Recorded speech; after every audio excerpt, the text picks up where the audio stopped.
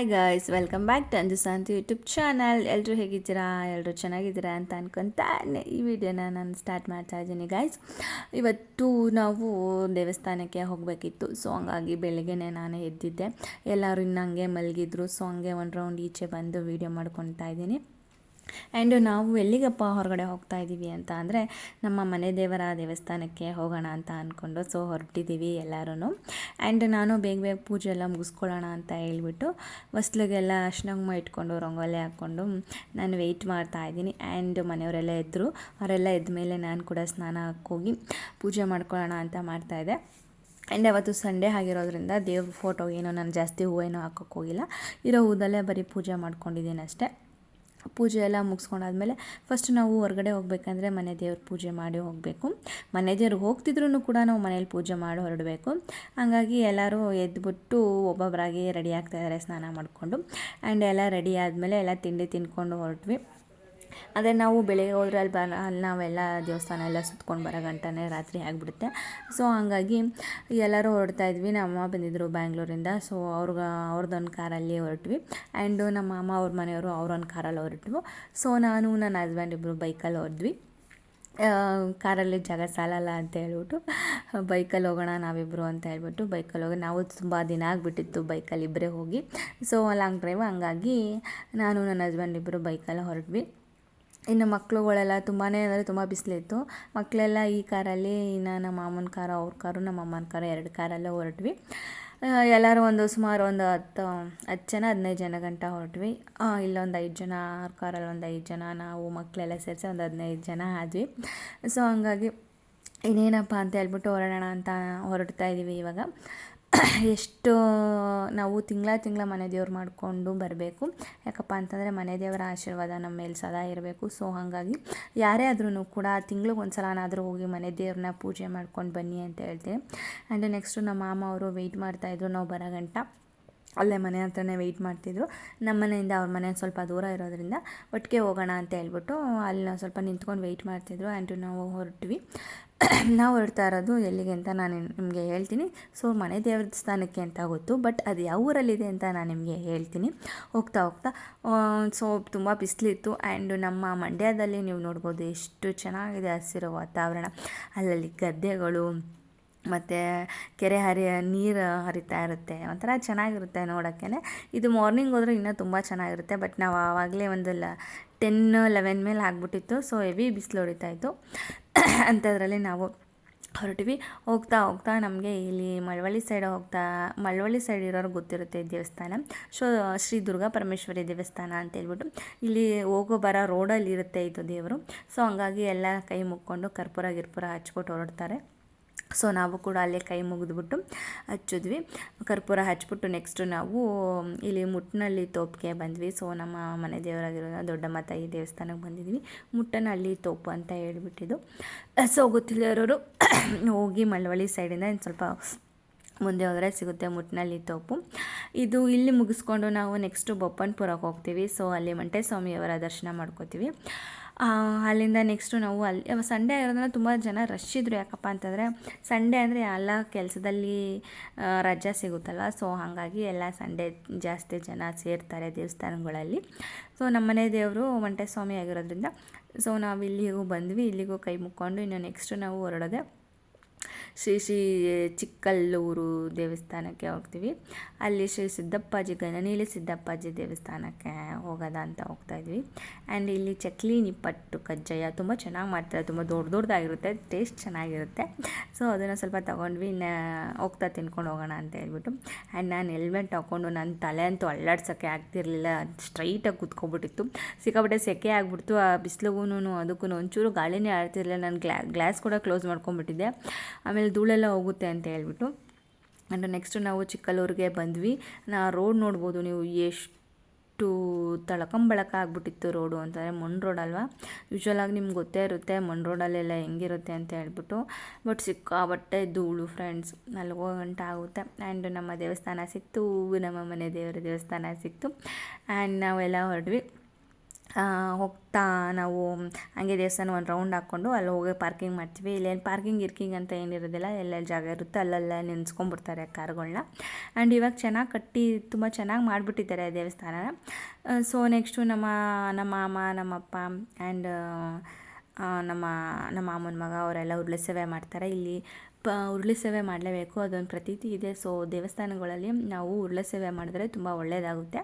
So ಹೆಣ್ಮಕ್ಳು ಮಾಡ್ತೀವಿ ಅಂದರೆ ಜಾತ್ರೆ ಟೈಮಲ್ಲಿ ಹೋದಾಗ ಹಾಗೆ ಬಟ್ಟೆ ಸಹಿತ ನೀರು ಇಕ್ಕೊಂಡು ಉರುಳು ಸೇವೆ ಮಾಡ್ತೀವಿ. ಗಂಡು ಮಕ್ಕಳು ಈ ಥರ ಉರುಳು ಸೇವೆ ಮಾಡ್ತಾರೆ.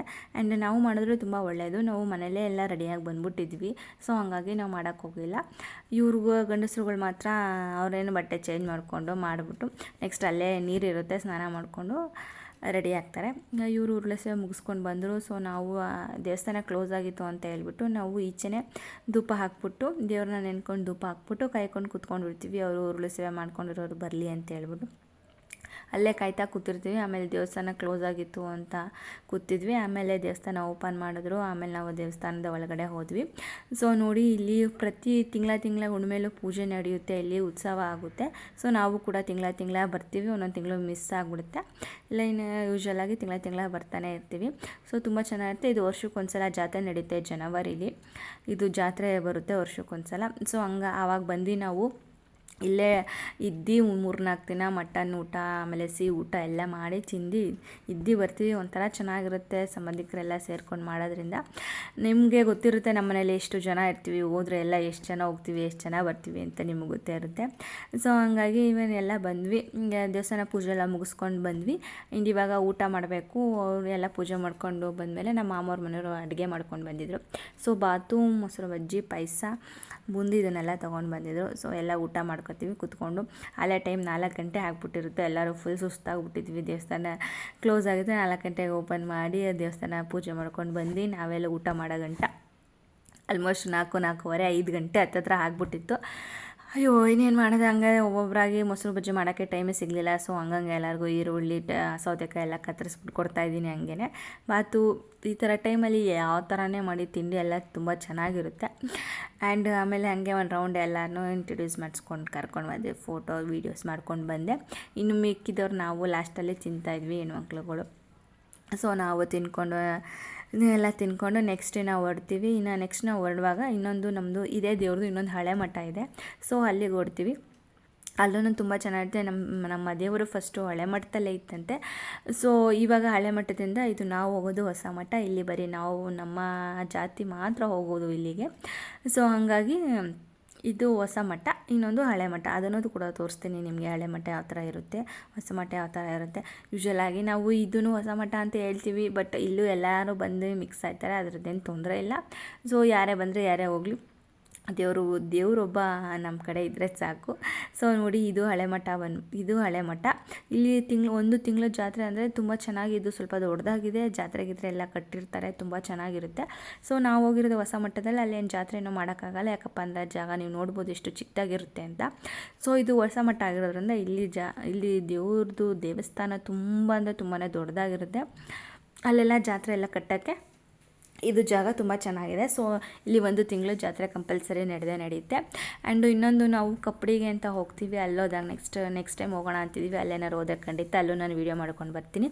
ಯಾಕಪ್ಪ ಅಂತಂದರೆ ನಮ್ಮ ಮನೆ ದೇವ್ರನ್ನ ನಾವೇ ಎಷ್ಟು ಫೇಮಸ್ಸು, ಮತ್ತು ಅಲ್ಲಿ ಏನೋ ಒಂದು ಕತೆ ಇರುತ್ತೆ ಅದರಲ್ಲಿ. ಅದನ್ನೆಲ್ಲ ಹೇಳ್ಬೇಕಂದ್ರೆ ನನಗೆ ತುಂಬ ಇಷ್ಟ.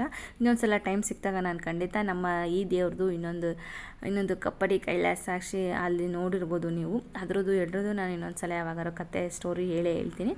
ಅದೇ ನಮ್ಮ ದೇವ್ರನ್ನ ನಾವು ಹೇಳ್ಕೋಬೇಕು ಅಂದರೆ ನಮಗೆ ಒಂಥರ ಹೆಮ್ಮೆ. ನಾವು ವಿಶ್ವಕರ್ಮ ಆಗಿರೋದ್ರಿಂದ ನಮ್ಮ ದೇವ್ರದ್ದು ತುಂಬ ಸ್ಟೋರಿಗಳಿದೆ. ನಮ್ಮ ದೇವರು, ನಮ್ಮ ಸಿದ್ದಪ್ಪಾಜಿ ಎಷ್ಟು ಕಷ್ಟಪಟ್ಟಿದ್ದಾರೆ ಅನ್ನೋದನ್ನೆಲ್ಲ ನಾನು ನಿಮ್ಮ ಹತ್ರ ಹೇಳ್ಕೋಬೇಕು. ಯಾಕಪ್ಪ ಅಂತಂದರೆ ಆ ದೇವರು ಎಷ್ಟು ಕಷ್ಟಪಟ್ಟು, ಎಷ್ಟು ನಮ್ಮಂಥ ವಿಶ್ವಕರ್ಮ ಜನರಿಗೆ ಅವ್ರದ್ದೊಂದು ಶಾಪನೂ ಕೂಡ ಇದೆ. ಅದನ್ನು ಶಾಪ ನಿವಾರಣೆ ಮಾಡ್ಕೊತಾ ಇದ್ದೀವಿ ನಾವು ಈಗಲೂ ಕೂಡ. ಸೊ ಹಂಗಾಗಿ ಅದೇನು ಕತೆ ಅಂತ ನಾನು ನೆಕ್ಸ್ಟ್ ವಿಡಿಯೋದಲ್ಲಿ ನಿಮಗೆ ಹೇಳ್ತೀನಿ. ಯಾವಾಗಾರು ಫ್ರೀ ಇದ್ದಾಗ ವಿಡಿಯೋ ಮಾಡ್ತೀನಿ ಖಂಡಿತ. ಅದು ನಾವು ಇಲ್ಲೆಲ್ಲ ದರ್ಶನ ಮಾಡ್ಕೊಂಡು ಮುಗಿಸ್ಕೊಂಡು ನೆಕ್ಸ್ಟ್ ಓಡ್ತಾ ಇದ್ದೀವಿ. ಆಗಲೇ ಸಂಜೆ ಆಗೋಯ್ತು, ಸೂರ್ಯ ಮುಳುಗೋ ಟೈಮ್ ಆಗ್ತಾಯಿತ್ತು. ಬೆಟ್ಟದ ಹಿಂದೆಗಡೆ ಎಷ್ಟು ಚೆನ್ನಾಗಿ ಮುಳುಗ್ತಾ ಇದ್ದಾನೆ ಸೂರ್ಯ ಅಂತ ನೋಡ್ಬೋದು. ಆ್ಯಂಡ್ ಹಂಗೆ ಬರ್ತಿದ್ದಂಗೆ ಸೊ ಮಳವಳ್ಳಿ ಹತ್ರ ಬಂದ್ವಿ, ಕಾಫಿ ಟೀ ಕುಡಿಯೋಣ ಅಂತ ಅಲ್ಲಿ ಹಾಕಿದ್ವಿ. ಸೊ ಕಾಫಿ ಟೀ ಕುಡ್ಕೊಂಡು ನಾವು ಇಂಥ ಟೈಮಲ್ಲಿ ತುಂಬ ನಮ್ಮ ಫ್ಯಾಮಿಲಿ ಎಲ್ಲ ಸೇರಿಕೊಂಡು ಈ ಥರ ಟ್ರಿಪ್ ಹೋಗೋದು ಒಂಥರ ಚೆನ್ನಾಗಿರುತ್ತೆ. ಬಟ್ ನಾವಂತೂ ಹೋಗ್ತಾನೆ ಇರ್ತೀವಿ. ಇಲ್ಲಾಂದ್ರೂ ನಾವು ಒಂದು 10 ಜನ 15 ಜನ ಗಂಟನಾದರೂ ಹೋಗ್ತೀವಿ. ಇಲ್ಲೂ ಸುಮಾರು ಜನ ಮಿಸ್ ಆಗಿಬಿಟ್ಟಿದ್ದಾರೆ. ನೆಕ್ಸ್ಟ್ ಇವಾಗ ಯುಗಾದಿ ಶಿವರಾತ್ರಿಯಿಂದ ಯುಗಾದಿ ಹಬ್ಬಕ್ಕೆ ಇನ್ನೊಂದು ಕಪ್ಪಡಿ ಅಂತ ಹೇಳಿದ್ನಲ್ಲ, ಅಲ್ಲಿ ಒಂದು ಜಾತ್ರೆ ಸ್ಟಾರ್ಟ್ ಆಗುತ್ತೆ 1 ತಿಂಗಳು. ಅಲ್ಲಿಗೆ ಹೋಗ್ತೀವಿ. ಅಲ್ಲಿಗೆ ಹೋದಾಗಲೂ ನಾನು ವೀಡಿಯೋ ಮಾಡ್ಕೋತೀನಿ. ಅಲ್ಲಿಗೆ ಎಲ್ಲರೂ ಹೋಗೋಣ ಅಂತ ಪ್ಲ್ಯಾನ್ ಹಾಕ್ಕೊತಾ ಇದ್ದೀವಿ. ಸೊ ನೋಡೋದ ಹೋದರೆ ಖಂಡಿತ ವೀಡಿಯೋ ಮಾಡ್ಕೊಂಡು ಬರ್ತೀನಿ. ಆ್ಯಂಡ್ ನೆಕ್ಸ್ಟ್ ಕಾಫಿ ಕುಡಿಯೋಣ ಅಂತ ಕೂತ್ಕೊಂಡು ಕಾಫಿ ಎಲ್ಲ ಕುಡ್ದಾದ್ಮೇಲೆ ಅಲ್ಲಿ ಧೂಳಿರೋದ್ರಿಂದ ಫುಲ್ಲು ಎಲ್ಲ ಹೆಂಗೆ ಆಗ್ಬಿಟ್ಟಿರ್ತೀವಿ ಅಂತ ಅಂದರೆ ನಮಗೆ ನೋಡೋಕ್ಕೆ ಆಗಲ್ಲ, ಅಷ್ಟೂ ಒಂಥರ ಧೂಳೆಲ್ಲ ಮಕ್ಕದ ಮೇಲೆ ಇರುತ್ತೆ. ಆಮೇಲೆ ನೆಕ್ಸ್ಟ್ ವೀಡಿಯೋ ಮಾಡ್ಕೊಂಡೆ ಕಾಫಿ ಎಲ್ಲ ಕುಡ್ಕೊಂಡು ಬಂದು ನೆಕ್ಸ್ಟ್ ಹೊರಡ್ತಾ ಇದ್ವಿ. ಸೊ ಹಂಗೆ ಎಲ್ಲರನ್ನೂ ವೀಡಿಯೋ ಮಾಡಾದ್ಮೇಲೆ ನೆಕ್ಸ್ಟು ನಾವು ನೆಕ್ಸ್ಟು ನಾವು ಹೋಗ್ತೀವಿ ಊರಿಗೆ. ಅಲ್ಲಿ ಊರಿಗೆ ಹೋದ್ಮೇಲೆ ಇನ್ನೇನು ಅಡುಗೆ ಮಾಡಿ ಊಟ ಮಾಡೋದೇ ಇರುತ್ತೆ. ಆ್ಯಂಡ್ ಇವನು ನಮ್ಮ ಮಾವನ ಮಗ ತುಂಬ ಚೆನ್ನಾಗಿ ಮಾತಾಡ್ತಾನೆ, ತುಂಬ ಚಿಕ್ಕವನು, ತುಂಬ ತೀಟೆ ಕೂಡ ಇದ್ದಾನೆ, ತುಂಬ ಚೆನ್ನಾಗಿ ಮಾತಾಡ್ತಾನೆ ಇವನು ನನ್ನ ಮಗ. ಆ್ಯಂಡ್ ಇನ್ನೇನು ಕಾರಲ್ಲಿ ಅಲ್ಲಿಂದ ಇಲ್ಲಿಂದಲೇ ಓಡಾಡಬೇಕು ಅಂತಿದ್ರು ನನ್ನ ಮಕ್ಕಳು. ಸೊ ಒಬ್ಬರನ್ನ ಕುಳಿಸ್ಕೊಂಡು ನಾವು ಹೊರಡ್ತೀವಿ. ಸೊ ಅವತ್ತು ಬಿಗ್ ಬಾಸ್ ಇದು ಗಿಲ್ಲಿಯವರು ಊರಿದ್ದು, ಬಿಗ್ ಬಾಸಲ್ಲಿ ಬಂದಿದ್ದಲ್ಲ, ಸೊ ಗಿಲ್ಲಿ ಅವರು ಊರಿದ್ದು. ಆ್ಯಂಡ್ ನೆಕ್ಸ್ಟ್ ನಾವು ಹೋಗ್ತಾ ಅವ್ರ ಊರು ಒಳಗಡೆ ಹೋಗೋಣ ಅಂತ ಅಂದ್ಕೊಂಡ್ವಿ. ಬಟ್ ಹೋಗೋಕ್ಕಾಗಲಿಲ್ಲ, ಟೈಮ್ ಆವಾಗಲೇ ಆಗಿಬಿಟ್ಟಿತ್ತು ಅಂತ ಹೇಳ್ಬಿಟ್ಟು ಹೋಗೋಕ್ಕಾಗಿಲ್ಲ. ಬರೀ ಎಂಟ್ರೆನ್ಸ್ ಮಾತ್ರ ನೋಡ್ಕೊಂಡು ಹೋದ್ವಿ. ನೀವು ನೋಡಿರ್ಬೋದು ಬಿಗ್ ಬಾಸ್ ಗಿಲ್ಲಿ. ಆ್ಯಂಡ್ ಅವರು ನಮ್ಮೂರವರೇ, ಮಂಡ್ಯದವರು ಅಂತ ಹೇಳೋಕ್ಕೆ ಖುಷಿಯಾಗುತ್ತೆ. ಸೊ ಅವ್ರ ಊರು ನೋಡಿಕೊಂಡು ನೆಕ್ಸ್ಟ್ ನಾವು ಮನೆ ಹತ್ರ ಹೊರಡ್ತೀವಿ. ಮಿಕ್ಕಿರೋದೆಲ್ಲ ಅಲ್ಲಿ ಇಟ್ಬಿಟ್ಟು ಇನ್ನು ನೆಕ್ಸ್ಟ್ ಇನ್ನೇನು ಇದ್ದೇ ಇರುತ್ತೆ, ಎಲ್ಲ ಊಟ ಮಾಡಿ ಮನೆಗೆ ಬಂದು ಗೈಸ್ ಮನೆಗೆ ಬಂದ್ವಿ. ಫ್ರೆಶ್ ಅಪ್ ಅದೇ ಮಕ್ಕಳೆಲ್ಲ ಫುಲ್ಲು ಧೂಳು, ಅದಕ್ಕೆ ಫುಲ್ ಎಲ್ಲ ಮಕ್ಕಳೆಲ್ಲ ಒಂಥರ ಆಗ್ಬಿಡ್ದು. ಸೊ ಮಕ್ಕಳೆಲ್ಲ ತೊಳೆದು ಇನ್ನಿದ್ರು ಊಟ ಮಾಡ್ಕೊಂಡು ಮಲ್ಗದೆ. ಎಲ್ಲರಿಗೂ ಟೇಕ್ ಕೇರ್, ಬಾಯ್. ನನ್ನ ಚಾನಲ್ ಯಾರು ಫಸ್ಟ್ ಟೈಮ್ ನೋಡ್ತಾರೆ, ಸೊ ದಯವಿಟ್ಟು ನನ್ನ ಚಾನಲ್ ಸಬ್ಸ್ಕ್ರೈಬ್ ಆಗಿ ಅಂತ ಹೇಳ್ತಾ ಎಲ್ಲರಿಗೂ ಬಾಯ್.